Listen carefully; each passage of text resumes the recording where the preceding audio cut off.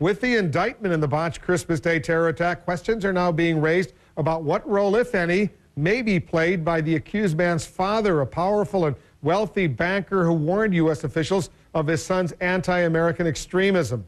Our Brian Todd is working that part of the story for us today. What are you picking up, Ryan? Wolf, as you know, this suspect's about to have his first hearing in federal court. No word on where his family is at the moment or how they'll handle themselves in this case. But the accused terrorist has a whole new set of charges to face.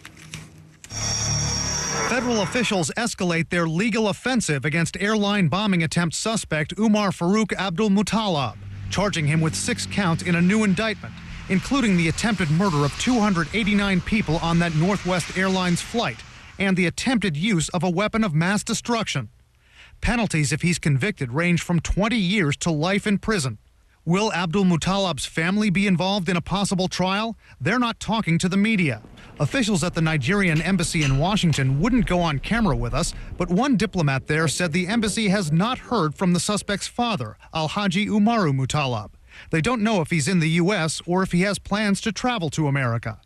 Nigerian community leaders in the U.S., who say they don't personally know the family, tell us they believe the father will be very torn. They say he may show moral support to his son, may use his vast resources to assemble a top legal team. But one community leader also says this. I bet you that Alhaji will do whatever thing that he thinks will help the situation. He does not support the actions of Farouk. Edwin Dyke says that means the father could take the stand. He points out it was the father who first alerted U.S. authorities to his son's extremist views. But the family's not likely alone in its angst.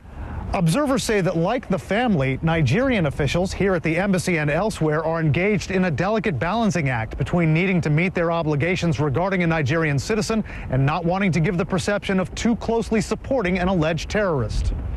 Ephraim Emeka Ogunye is a Nigerian attorney in Washington who's represented the embassy in the past. He says Nigerian officials have consulted him informally about this case.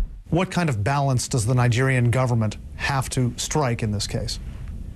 There is no doubt that Nigerians in Nigeria, outside Nigeria, are interested in this case. It's a case with profound implication for the country. So I expect Nigerian government to be deeply interested in this case. However, given the prevailing sentiments, Nigerian government is going to try to be subtle and would not like to come so openly or actively in support. The Nigerian official at the embassy did tell us someone from the embassy did travel to Michigan in the days after the incident to give the suspect what he called consular access. But he did not give details on what was discussed at that meeting, Wolf. In that 7-page indictment, which I read, there's some new information about the explosives that he brought onto that plane, and it sort of brings back some memories of another high-profile attempt to blow up a plane. It sure does. The indictment says that Abdulmutallab carried a substance called triacetone triperoxide, also known as TATP. This is a substance that experts say helps light the other explosive that he allegedly carried, that PETN, that's so potent. Terrorism experts say the shoe bomber Richard Reed also carried TATP on his flight. This case has many similarities, as you know, to that case, and here's another similarity. Because Richard Reed also had PETN in addition to that. That's right. So the cases really are very, very similar. The only difference is where Richard Reed put those explosives on his body in his shoe, as opposed to Abdulmutallab, who put them in his underwear. Parallels are very eerie. Thanks very much, Brian. Brian Todd doing excellent reporting, as he always does.